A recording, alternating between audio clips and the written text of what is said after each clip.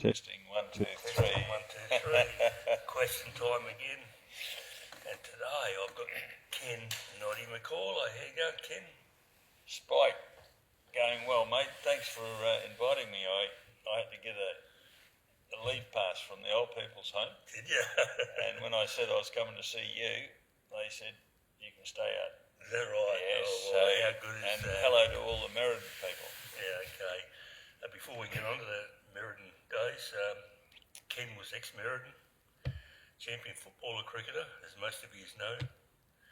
We'll go through some of his achievements shortly. If I miss anything out, Ken, don't get cranky because I didn't do my homework, mate, all right? You won a fairest and best for East Perth. You won a Tassie medal, 2 Simpson medals. How good is that, eh? But anyway, before we got on to Meriden days, you drove in from Wembley today, did you? I did. Okay, we're at McAullay Bowling Club, and your brother is the president there, Neil? Neil is the president. I don't know how he got the job. He must have been the only one who applied, but a lot of people think when they first meet him and hear him speak that he's an anaesthetist because he's got a very good habit of putting people to sleep. Yeah, I know that. Yeah, I know that. Yeah. So you make sure you don't... No, I was the youngest, so okay. I'm all right, mate. No. Okay, tell us your Meriden days. Well, look, I spent the first 10 years in Meriden, and it couldn't have worked out better because Dad was an engine driver. We were a railway family, lived in Kitchener Road. I was in grade 6. Well, what number Kitchener Road? 17. We were 26, yeah. Keep going. And Mum and Dad had been in Meriden for 17 years, and normally an engine driver had to move from one place to another every 7 years. So they decided after 17 years that they had to come to the city. It couldn't have worked out better, even though we loved it in Meriden. We lived the dream. Yep. I was the youngest of 3 boys, and we just played cricket, football. We were in the swimming club. We were in the tennis club, the football club. You couldn't have got a better grounding. And anyway, I met only yesterday a fellow who I didn't recognise, but on the last night that we were in Meriden, Dad was driving the train to Perth. Yep. So we were going on Dad's train, and we stayed at the Boucher's place until it was time to go to the Meriden station. Well, my brother Neil and I hid. We hid in one of the rooms under a bed because we didn't want to leave Meriden. And as it turned out, I saw this fella yesterday. I didn't recognise him. I hadn't seen him for 60-odd years. And it was Billy Boucher. Oh, no. So he said to me, mate, you hid at our place. So it was fantastic, our time in Meriden. Meriden back then, as you would know, was a bustling regional town. It was the headquarters. We barracked for railways in footy. Green and gold. Green and gold. And my favourite player was Phil Podmore. Wasn't he good? He was fantastic. I played on a bloke many years later that reminded me of Phil, and that was Alex Jezelenko. Oh, okay. Phil had this amazing leap and could mark a ball from anywhere. He used to pull everything down except the grandstand. But in Meriden, because the ovals were very hard, or the oval, I had tender feet, and I wasn't really suited playing footy to the hard ground. I'd get blisters and all that sort of stuff. So on the last night we leave Meriden, I won my first trophy. Is that right? For the Terriers football team. Well, you won a lot after I that. did, but this first trophy was the most important. It was called the Most Improved. Okay. And I rate that trophy up with Tassie medals, Simpson medals, All Australian. But we got to Perth in the morning. We're getting onto that now. Are we? You're Sorry, mate, I don't usually answer the question. You told me Neil talks too much now. I must have caught it off him. So I'm not allowed to say we got to Perth? No. No, I'm okay. I'm getting you to Perth now. Okay. and we'll cut it a bit short there. You played 151 games, centre back, sort of, for East Perth, and you kicked one goal. I want to know about that in a minute, and then I want to know about the premiership you won. Right. East Perth. I want to go back because I don't usually listen to the answer to the question I'm asked, but I just wanted to get something in. We get to Perth. All right. It's a Thursday afternoon. No, it's a Wednesday afternoon. And Mum took us down to the Bayswater Primary School, which was in the street that our house was in. Yep. And we met the headmaster, and the headmaster said to Neil and I, "Do you boys play sport?" And we said, "Yeah, which one do you want?" He said, "Well, our sports carnival's on tomorrow. Would you like to go in it?" And we both said, "Yeah." I don't like normally talking about myself, but what happened the next day, no one knew us because we'd only arrived. I won every event in grade 6. Then they put me into the grade 7 and I won the open 100 yards. Well, mate, from Monday the next week, I had about 60, 70 new friends.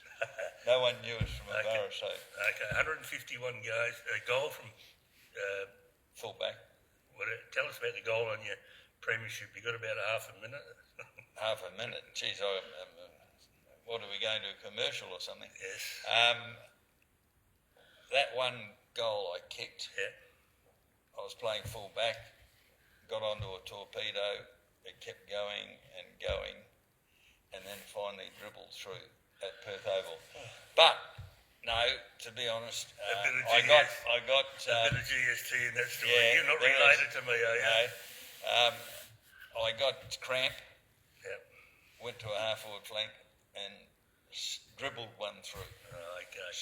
So I did kick one goal, but because I was a defender, I used to say to everybody that a goal saved is more important than a goal kicked. Your premiership. I saved a lot. Okay, I know that. Your premiership. Yeah, in 1972, I played in 4 losing ones before that. Yep. Against Perth and West Perth. In 1972, Mal Brown, who we had a love-hate relationship, I was his vice captain and he was captain coach, and we both hated each other's guts at this time. And I usually get asked, "How did you find Malcolm?" And you haven't asked, but I'll tell you, he was hard and just, a hard bastard and just a prick. But he coached and played magnificently in 72. But we had a young dentist that had just graduated, and before the season, we all had to do a medical. And I found out that Brownie wasn't undergoing the same medical as us, so I said, "Malcolm, you've got to do this." Well, guess what? They found that he had a disability. Right. He didn't have any wisdom teeth. Oh. And anyway, we had a young dentist who performed an operation on him before the season. He implanted 2 wisdom teeth, and it made a huge difference to his coaching and his playing. Well, and we ended up winning the premiership. We won it because we weren't the favourite for once.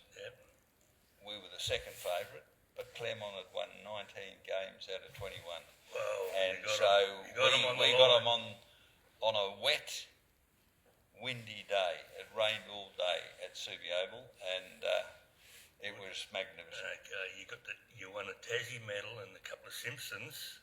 Just tell us briefly about those. I like the way you said briefly.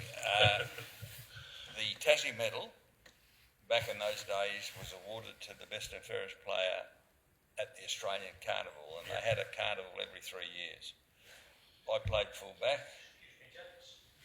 I just need to do a quick 5-minute job on the lights. You might lose lights in just for 5 minutes. So we're doing an interview.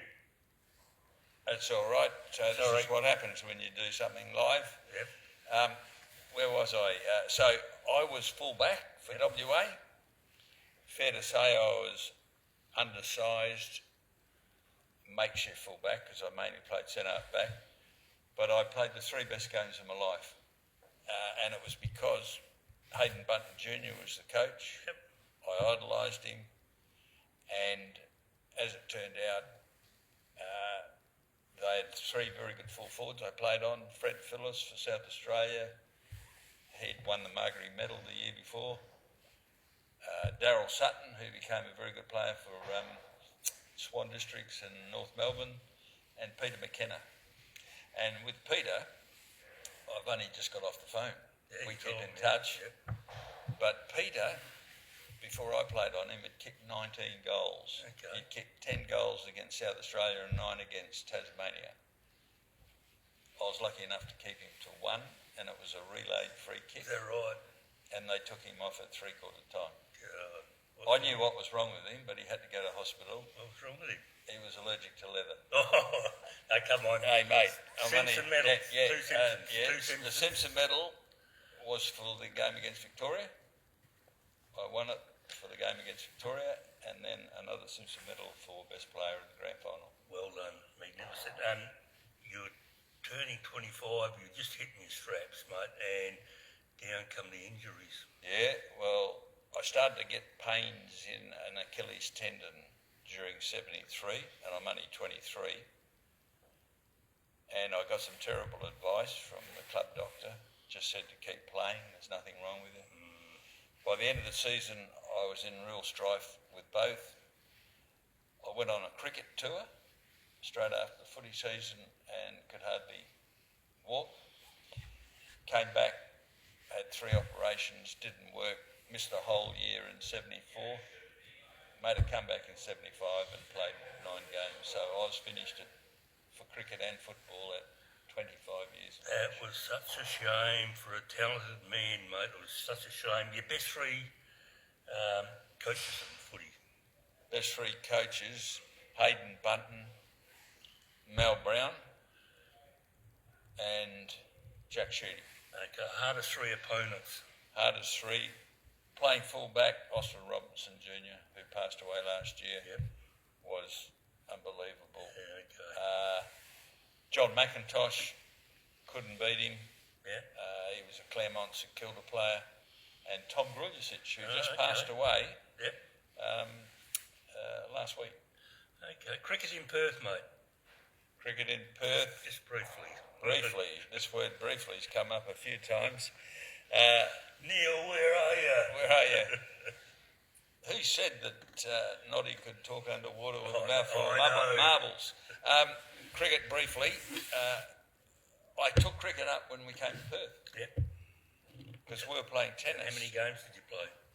For WA, I played 22. I was an opening batsman. Was playing in a very strong WA team that had Graham McKenzie, John Embererity, Dennis Lilly, Rod Marsh. It was like a test team, and was fortunate enough in my short cricket career to play in 2 winning Sheffield Shield teams. Okay. In 2013, you retired from work. I retired from work. A lot of people said that I made a mistake when I gave my farewell speech. I said I feel a bit embarrassed How because long did the speech last? people were How many caught- years- how many it years started. did you work? It started Where in did the you work? it started in the afternoon, and after a little while, people were yelling out, "Could they order bacon and eggs?" You for got breakfast? another year's service out But of it. I How many years I did said you- I'm embarrassed that I only gave 6 weeks' notice, and the crowd said, "Bullshit! You gave 6 years' notice." But I did 49 years in the 49 state government years. and ended up a 2IC of a state government department. So I was very proud of my work history. That's great. Who taught you to drive the Bobcat? You're looking at him. I mean, I'm looking at him. Yeah. You did, mate. You come to Meriden one year with your brother Neil, I think. John Goddard, not John Goddard. John Crook, Rutherford was with us. Rutherford. And there was no work, and you had a look at the Bobcat. And I said, Ken, get on the Bobcat. And it was a slippery floor, and there's a heap of grain in there. And here you are, like a kid at the Royal Shows, flying around in this Bobcat. Spike, you set me up, mate, as you've done to many people over your vast career. Now, what was that last question you asked me? After you retired, you got sick, mate. Well, I wouldn't call it sick.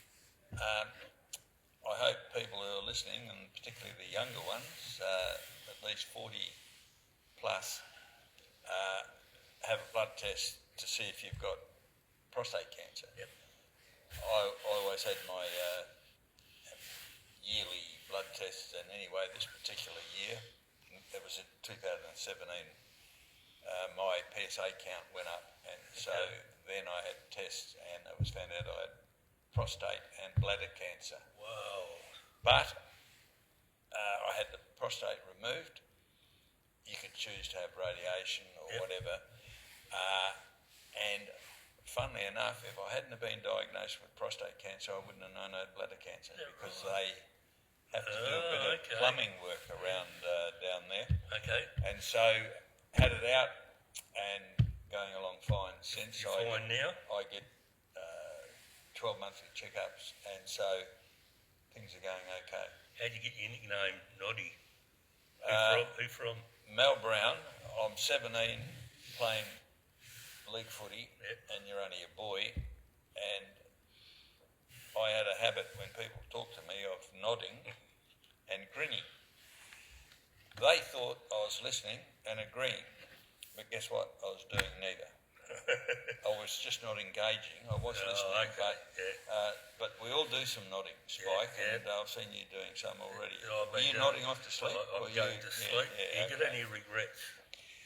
Only one. Yep. I never left anything out on the field. I treated every game that I played, cricket or footy, as if it's my last. So when you put that sort of pressure on yourself, you make sure you do your very best. Yeah. My only regret, mate, is I wished I could have sat in the grandstand and watched myself play. Oh, I love it. That would have been good. How good would that be? sitting there thinking, well, here, have a look at that young fellow going. Great kick, great smother. I have got better since I retired. I can't remember playing a bad game. Okay. You got a funny cricket story? This one, it wasn't funny at the time, but I was an opening bat, and my club was called Bassney Bayswater, and my opening partner was the captain coach, Danny McAullay. We used to take it in turns to face the first ball. Yep. This particular game against Midland Guildford at Hillcrest, we had to go in and face one over, and it was my turn to face. And I thought, I'm going to pull a shonky and walk up to the bowler's end. Yep. And hope Danny doesn't realise that I've done a bit of cheating.